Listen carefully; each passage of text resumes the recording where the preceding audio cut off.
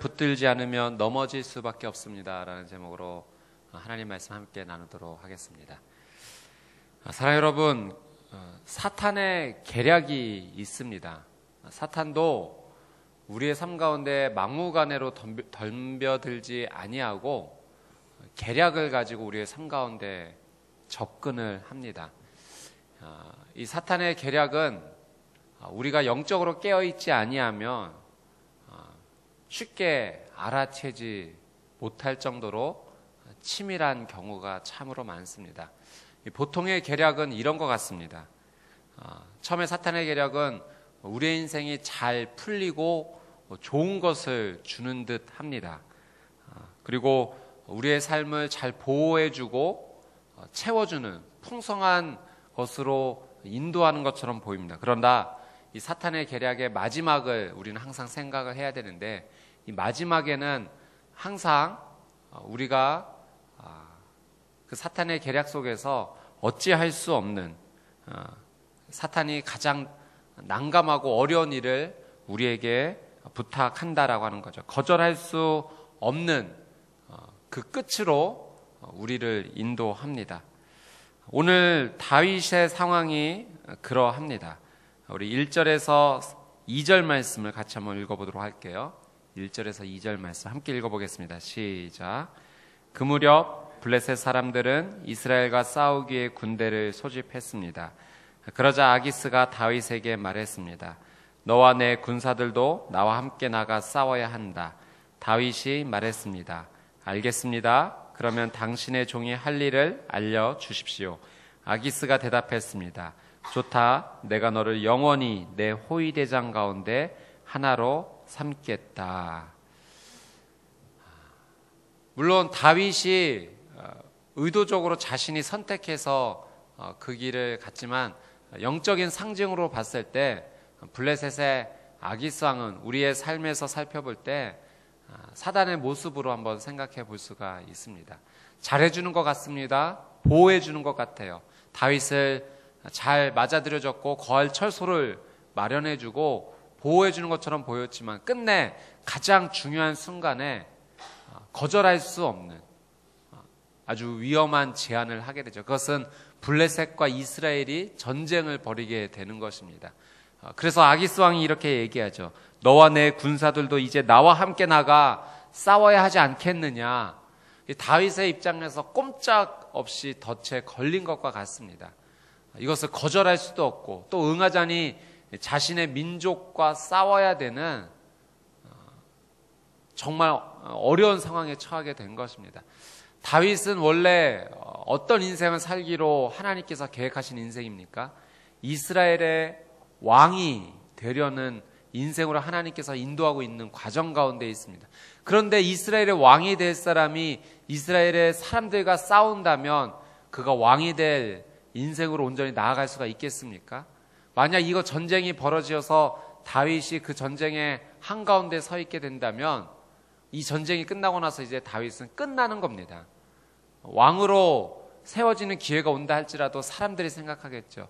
다윗은 우리를 향해 칼을 겨눈 사람, 그런 사람을 어찌 한 나라의 왕으로 인정하고 섬길 수가 있겠습니까? 이거 정말 어렵고 어려운 상황 가운데 빠지게 된 거예요. 다윗의 입장에서는 딜레마에 빠지게 된 것입니다. 사단의 계략이 그러합니다. 사랑하는 여러분, 오늘 이 하루 세상적으로 인간적으로 생각했을 때 좋은 길 같고 달콤한 길 같고 풍성해지는 것 같지만 그 끝을 우리는 꼭 생각해야 됩니다. 이것이 하나님께서 원하시는 끝인지 아니면 사단이 원하는 끝인지 반드시 보고 영적인 판단을 내리고 처음부터 시작해야 됩니다. 중간에 바꾸기는 너무너무 어려운 거예요. 아예 시작부터 그 달콤한 자리에 발을 내딛지 아니하든지 아니면 처음부터 사단의 그 달콤한 유혹을 거절해야 합니다. 일단 시작하고 나서 중간에 바꾸기는 어렵습니다. 사랑하는 여러분, 축복합니다. 오늘 이 하루가 아예 처음부터 사단의 계략과 사단의 손길에 동참하지 아니하는 저와 여러분의 삶이 되시기를 주님의 이름으로 축복합니다. 중간에 바꾸기는 어려워요. 아기를 양육하다 보니까 그런 경우가 좀 있습니다. 이 아이를 키우는 게 참 쉽지가 않죠. 좀 힘들 때도 있죠. 근데 아이를 좀 잠잠히 조용하게 지내게 하는 방법이 하나가 있습니다. 핸드폰을 내어주는 거예요. 그러면은 그 순간은 평화가 찾아옵니다. 근데 이것이 굉장히 위험한 일이라고 보고가 되지 않았습니까? 아이의 이 전두엽, 뇌가 성장하지 못하도록 방해해야 하죠. 언어도 늦어지고 사고 체계도 발달하지 않고 무너지게 됩니다. 이 내주고 싶을 때가 한두 번이 아닙니다. 근데 내주면 그때는 걷잡을 수 없이 무너지게 되는 거예요. 우리의 인생 가운데도 그럴 때가 있는 것 같습니다. 이거 한번 해보고 싶다. 너무 힘드니까, 너무 지쳐서 이제는 잠깐만 그 길을 걷고 싶고 그걸 선택하고 싶은 순간이 찾아옵니다. 그러면 안 된다는 거예요. 사랑하는 여러분, 오늘 이 하루 여러분의 삶을 진심으로 축복합니다. 하나님의 손에 온전히 붙잡혀 있음으로 말미암아 조금이라도 악의 죄에게는 타협하지 아니하는, 아예 눈길도 주지 않은 저와 여러분의 삶이 되기를 주님의 이름으로 축복합니다. 다윗이 블레셋의 피함으로 말미암아, 이게 첫 번째가 아니었죠. 두 번째 선택이었습니다. 이제는 어찌할 수 없는 이 딜레마에 빠진 모습을 보게 됩니다. 쉽고 편한 길은 정답이 아닌 확률이 굉장히 높아요. 쉬운 길, 편한 길 선택하기보다는 옳은 길, 하나님이 원하시는 길을 선택하게 되기를 주님의 이름으로 축복합니다. 인내는 쓰지만 그 열매는 달다라는 말이 있지 않습니까? 좀 힘들지만 어렵지만 인내할 수 있는 길을 선택하십시오. 오늘 여러분이 갖고 있는 기도의 제목 가운데 오늘 이 말씀이 여러분에게 기도의 응답이 되기를 원합니다. 쉽고 편한 길보다는 하나님이 원하시는 어렵지만 좁은 길을 선택할 수 있는 것, 그것이 믿음이 아닐까 합니다. 그 거룩한 믿음으로 승리하시게 되기를 주님의 이름으로 축복합니다. 아멘. 우리 3절 말씀을 같이 한번 읽어보도록 하겠습니다. 3절 함께 읽겠습니다. 시작. 그 전에 사무엘이 죽었습니다. 온 이스라엘이 그를 위해 애곡하고 그의 고향 라마에 그를 묻었습니다. 그때 사울은 나라 안에서 신접한 사람들과 무당들을 쫓아냈습니다. 아멘. 그 전에 사무엘이 죽었다라는 이 말씀에 한번 밑줄을 그십시오. 사무엘이 죽었습니다. 사랑하는 여러분, 우리 모두는 살아있죠. 그러나 실상 살아있지만 사실은 죽어가는 과정입니다. 모든 살아있는 것들은 반드시 죽게 되어 있습니다. 그것이 하나님께서 정하신 이치입니다. 모든 사람은 죽을 수밖에 없어요. 사무엘은 위대한 지도자입니다. 모든 사람들이 의지하고 신뢰할 만한 아주 훌륭한 인생을 살았습니다. 그러나 그런 훌륭한 인생도 그 끝은 반드시 죽음이 찾아온다라고 하는 사실이죠. 이스라엘에게 있어서 사무엘은 어떤 존재입니까? 정말로 의지하고 싶은 존재죠. 그가 살아있다는 것만으로도 큰 힘이 됩니다. 그가 기도하고 있다는 사실만으로도 이스라엘 민족은 얼마나 큰 힘이 되었는지 모릅니다.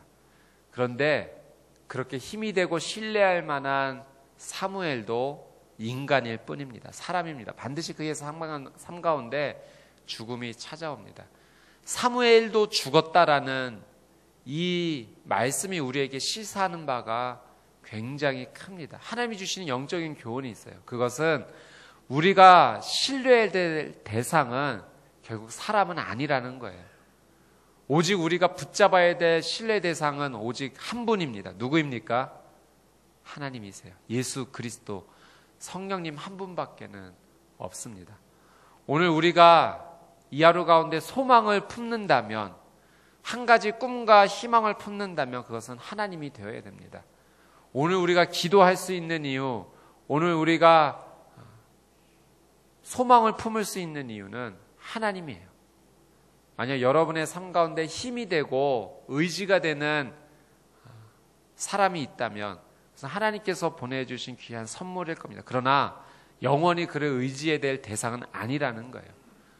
하나님께서 보내주셨다면 하나님께 감사함으로 나가면 됩니다. 그리고 우리가 신뢰될 분은 오직 하나님 한 분밖에 없다는 것을 다시 한번 확인하십시오. 사랑하는 여러분, 하나님을 신뢰한다면 그것은 우리에게 이러한 선물을 하나님께서 허락해 주십니다. 하나님을 온전히 인식하면 죽음의 과정인 우리의 인생이 생명의 과정으로 바뀐다라고 하는 사실이에요. 우리 모두는 죽을 수밖에 없는 인생이지만 하나님을 인식하고 신뢰하는 순간부터 우리의 삶은 생명의 과정으로 바뀌게 됩니다. 왜냐하면 우리는 영원하신 하나님, 그분을 붙잡기 때문에 그렇죠. 반드시 죽음은 찾아올 것입니다. 그러나 죽음이 끝이 아니라 다시 영원으로 시작하는 놀라운 은혜의 시작이 된다라고 하는 사실이죠. 그래서 믿음은 그것이 아닐까 합니다. 하나님 안에서 영원을 사모하는 것. 오늘 이 하루가 영원을 사모하는, 하나님 안에서 영원을 사모하는 믿음의 하루가 되시기를 주님의 이름으로 축복합니다. 아멘. 아멘. 인간적인 관점으로 보면 죽어가는 과정이지만 그러나 하나님을 인식하는 그 순간부터 우리의 삶은 죽음의 과정이 아니라 생명의 과정이 되는 것입니다. 요즘 피어나는 꽃들을 보십시오. 아름답게 피어나는 꽃들을 보십시오. 겨울 가운데 죽어 있었던 것처럼 보이지만 그러나 죽음 같은 겨울을 이겨내고 다시 생명이 시작되는 것을 보지 않습니까? 여러분의 오늘 이 하루가 꽃같이 피어나는 하루가 되기를 주님의 이름으로 축복합니다. 어떻게? 하나님을 온전히 인식하고 그분을 믿음으로 붙잡을 때 우리의 인생은 그렇게 축복의 하루가 될 것입니다. 그 과정 가운데 사울이 믿음으로 옳은 선택을 한 적이 있었습니다. 그것은 나라 안에서 신접한 사람들과 무당들을 쫓아냈던 거예요.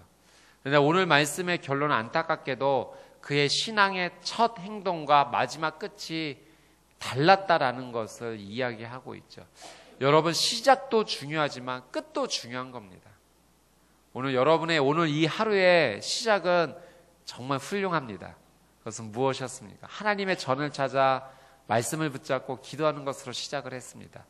동일하게 그 끝도 하나님 안에서 옳은 결정이 되기를 주님의 이름으로 축복합니다. 여러분의 오늘 이 마지막 하루 잠자리에 들 때 하루를 생각해 볼 때 처음도 하나님 안에서 은혜였고 마지막도 은혜이게 되기를 주님의 이름으로 축복합니다. 한결같다는 것이 얼마나 좋습니까? 시작도 하나님 안에서 시작하고 마무리도 하나님 안에서 끝낼 수 있다면 그것만큼 축복된 인생이 없습니다. 비단 오늘 이 하루뿐만 아니라 4월에 저희가 초순 첫날을 함께 걸어가고 있는데 4월의 마지막도 그런 은혜가 있게 되기를 주님의 이름으로 축복합니다.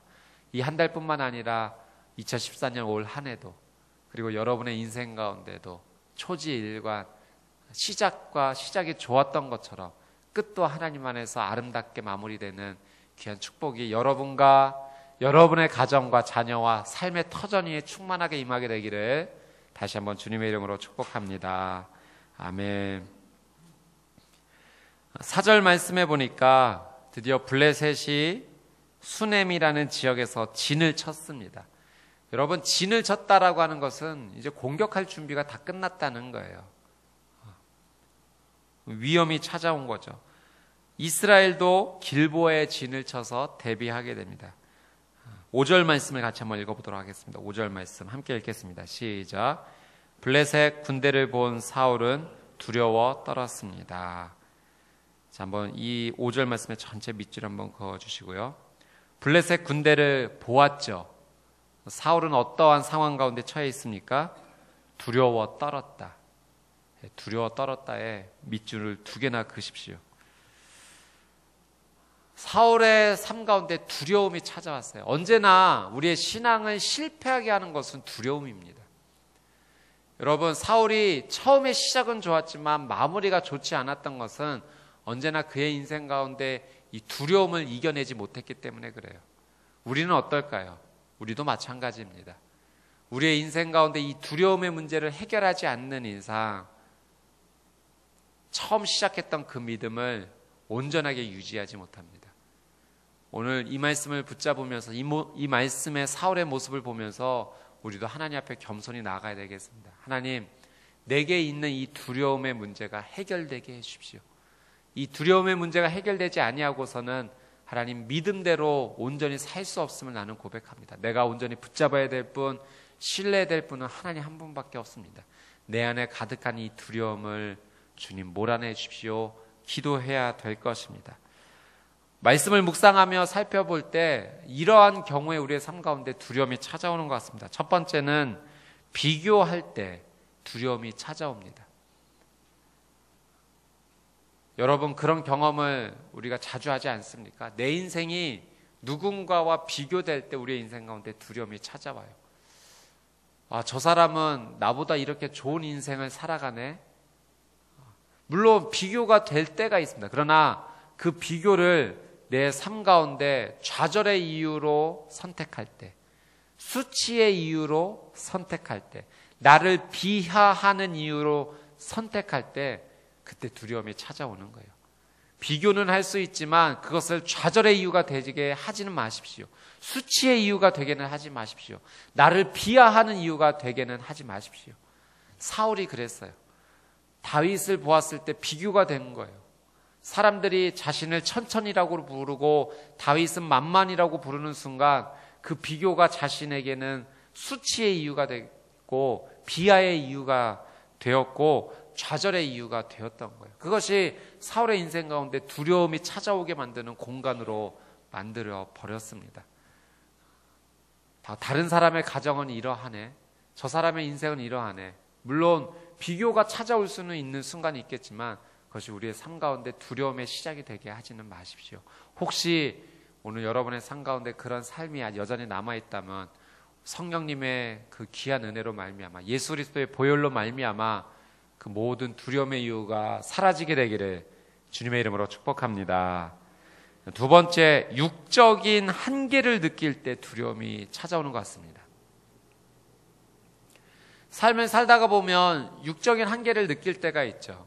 더 이상 내 힘으로 이거는 이제는 안 되겠다라는 그 끝이 느껴지는 순간이 찾아옵니다. 육신의 한계, 어떤 내 힘의 한계가 찾아올 때가 있어요. 그 한계에 맞닿게 되면 두려움이 찾아옵니다. 이제 안 되는구나. 더 이상 해도 안 되는구나라는 두려움이 엄습합니다. 그러나 사랑하는 여러분, 더 이상 해도 안 되겠다라는 순간이 찾아오더라도 내 영혼 가운데 두려움을 허락해서는 안 됩니다. 그건 나의 선택이에요. 두려움에 맞닥뜨리지만 그러나 그 순간 나는 안 되지만 하나님은 할 수 있다라는 믿음으로 끝까지 버티어 그 자리를 지키는 것이 믿음입니다. 나는 안 되지만 포기하지 않니 하는 것. 그러나 그 자리를 지키는 것이 믿음인 거예요. 물러서지 마십시오. 다윗이 그러했어요. 사울이 계속해서 쫓아다니고 주변의 사람들은 자신의 위치를 계속해서 사울에게 알려주면 얼마나 두려웠겠습니까? 내가 오늘 이 광야에서 자는 것이 안전할까? 밤마다 뒤척였을지도 몰라요. 악몽을 꿨을지도 모릅니다. 육신의 한계를 느꼈어요. 그래서 그가 결국 선택한 것이 블레셋으로 피하는 것이었어요. 결국 피하였더니 그 두려움 가운데 피했더니 오늘 이렇게 어려운 일을 이러지도 못하고 저러지도 못하는 딜레마에 빠진 것 아니겠습니까? 육신의 한계가 찾아온다 할지라도 그 자리를 지켜서야 합니다. 사울도 오늘 그 육신적 한계에 부딪힌 것 되죠. 블레셋을 보게 되자 두려움에 빠지게 되었던 것입니다. 그리고 포기하고 싶은 그 심정, 놓아버리고 싶은 그 심정 가운데 육신의 한계 가운데 두려움에 빠지게 되고 만 것입니다. 사랑하는 여러분, 축복합니다. 오늘 여러분이 힘든 어려운 상황 가운데 있다 할지라도 물러서지 아니하고 그 자리를 지킬 수 있는 하나님의 은혜가 여러분 삶 가운데 충만하게 되기를 주님의 이름으로 축복합니다. 아멘. 세 번째, 마지막으로 이러한 경우에 두려움이 찾아오는 것 같습니다. 잘못된 믿음으로 살 때. 믿음은 있는데 그 믿음이 잘못되었을 때 두려움이 찾아오는 것 같아요. 이 잘못된 믿음이란 것은 이런 것 같습니다. 하나님을 예배의 대상으로 보지 아니하고 그저 축복의 도구로만 바라보는 믿음. 우리의 삶 가운데 그런 믿음이 바이러스처럼 숨어 있지는 않습니까? 하나님은 경외의 대상, 경배의 대상입니다. 그러나 어느 순간 내 기도의 모습과 내 신앙의 모습을 보면 하나님을 경배하기보다는 그저 내 인생을 축복해주는 도구 정도로만 생각하는 경우가 있어요. 그래서 하나님 앞에 이래라 저래라 감히 명령하는 잘못된 내 믿음의 모습이 보입니다. 하나님 빨리 이 자리에 오셔서 이 문제 해결해 주십시오. 하나님 빨리 이 자리에 오셔서 축복해 주십시오. 하나님을 정말 신뢰하는 내 삶의 믿음인지 한번 점검해보는 하루가 되었으면 좋겠습니다. 그래서 하나님을 그저 축복의 도구 정도로만 내 인생의 소원을 들어주는 어떤 한 대상으로만 바라볼 것이 아니라 정말 하나님을 경외하고 신뢰하며 예배함으로 주님 앞에 나아가는 우리의 삶이 되어야 되겠습니다. 그런 거룩한 믿음으로 온전히 서게 되는 저와 여러분의 삶이 되기를 주님의 이름으로 축복합니다. 오늘 사울이 하나님을 그렇게 예배의 대상이 아닌 도구의 대상으로 바라보게 되죠. 두려움 가운데 있더니 어떻게 합니까? 6절 말씀을 같이 한번 읽어보도록 하겠습니다. 6절 시작. 사울이 여호와께 여쭈었지만 여호와께서는 꿈으로도 우림으로도 예언자들로도 그에게 대답하지 않으셨습니다. 전쟁에 급하게 되니까 하나님이 이 전쟁에 승리하겠습니까? 승리하지 않겠습니까? 오셔서 승리하게 해주십시오라고 그저 승리의 보증수표로 하나님을 초청하고 있는 이 사울의 모습. 하나님이 대답하지 않으시죠. 어떠한 것으로 대답하지 않습니다. 하나님께서 우리의 삶 가운데 대답하지 아니하신다는 것은 어떤 이유입니까? 하나님과 나 사이에 죄가 아직 남아있다라고 하는 증거죠. 만약 오늘 나의 삶 가운데 하나님이 느껴지지 않는다면 왜 하나님 내 인생 가운데 대답하지 아니하십니까? 라고 불평을 말할 것이 아니라 그 이전에 내가 하나님 앞에 온전히 회개해야 될 그 죄의 모습이 무엇인지 한번 되돌아봐야 될 것입니다. 그래서 겸손히 예수 그리스도의 십자가 앞에 나가야 될 거예요. 예수 그리스도의 보혈만이 내 인생의 죄를 해결해 줄 수 있음을 믿음으로 고백하면서 먼저 하나님 앞에 죄를 고백하고 그 다음에 하나님의 은혜를 구하고 하나님 앞에 예배자의 모습으로 나가야 될 것입니다. 다급해진 사울은 자신이 하나님의 앞에 온전히 행했던 그 믿음의 신앙을 걷어차 버리고 그 땅에서 무당 그리고 신접한 사람들을 쫓아냈는데 오히려 그가 신접한 사람들을 찾아다니는 모습이 그 다음 가운데 펼쳐지게 됩니다. 7절에 신이 내린 여자를 찾아보라. 내가 가서 그 여자에게 물어볼 것이다. 여러분, 우리가 이러한 죄를 지을 수 있다는 거예요. 깨어 있어야 될 것입니다. 그래서 그런 여인을 찾아가서 사무엘을 불러달라고 지금 말하고 있는 이 사울의 모습, 영적으로 간음하고 있는 모습입니다. 얼마나 옳지 않은 모습이고 영적으로 더러워진 모습입니까? 하나님을 찾아야 될 사람이 영적으로 귀신을 지금 찾고 있는 모습, 너무나 하나님 앞에 죄를 먼저 돌이키고 회개되는데 더 깊은 죄악으로 빠지는 모습 우리는 볼 수가 있습니다. 이 모습이 우리의 모습이 될 수 있다라고 하는 사실이죠. 사랑하는 여러분, 오늘 신접한 여인을 통해서 사울이 사무엘을 만나게 되지만 여러분, 귀신의 정체는 속이는 것이 본래의 모습입니다. 이 사무엘의 정말 영혼을 만난 것이 아니라 속이는 자의 영혼을 만난 겁니다. 그것을 통해서 위안을 얻은 즉 무슨 소용이 있겠습니까? 여러분, 영적으로 하나님 앞에 정결한 삶을 오늘 이하로 사시게 되기를 주님의 이름으로 축복합니다. 믿음으로 올바른 것을 선택하십시오. 눈에 보이는 것이 다 진실은 아닙니다. 눈에 미혹되는 대로 살아가서는 안 될 거예요. 지금 내 눈에 보인다고 내 귀에 들린다고 해서 그것이 모두 다 100% 진리는 아닙니다. 하나님의 말씀을 기준으로만 삼을 때만 온전한 믿음의 삶을 살아갈 수가 있습니다. 눈에 보이진 않지만 하나님의 진리가 우리의 삶 가운데 충만하게 세워진 거룩한 이 하루가 되시기를 주님의 이름으로 축복합니다. 아멘. 오늘 주신 말씀 붙잡고 같이 한번 기도하도록 하겠습니다.